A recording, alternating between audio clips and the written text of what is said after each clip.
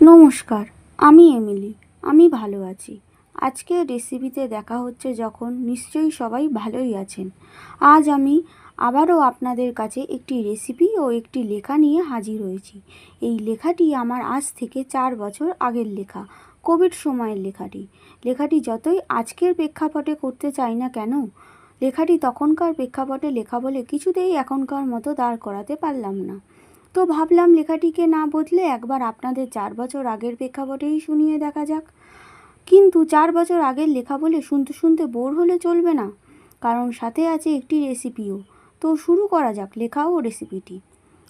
লেখাটির নাম হলো পুরনো ক্যালেন্ডারের আত্মকথা। কি চিনতে পারছো না? না পারারই কথা।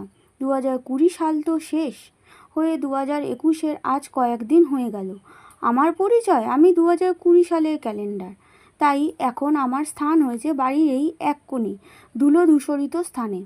আরও কিছুদিন পর হয়তো আমার জায়গা বাড়ির বাইরেও হতে পারে, কারণ এখন তো আর কেউ পুরনো ক্যালেন্ডার দিয়ে বইমলাট দেয় না।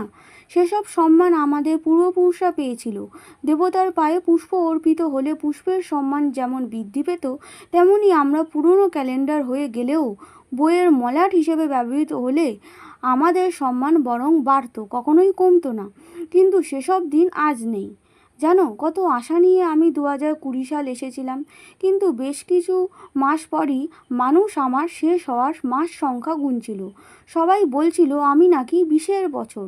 সব বিষময় করে দিয়েছি। এতে আমার দোষ কোথায় তুমিই বলো? আমরা কি আমাদের এই স্বল্প আয়ুর জীবনে আমাদের পূর্বপুরুষের মতো হতে কি চাই না? কিন্তু তোমাদের মতো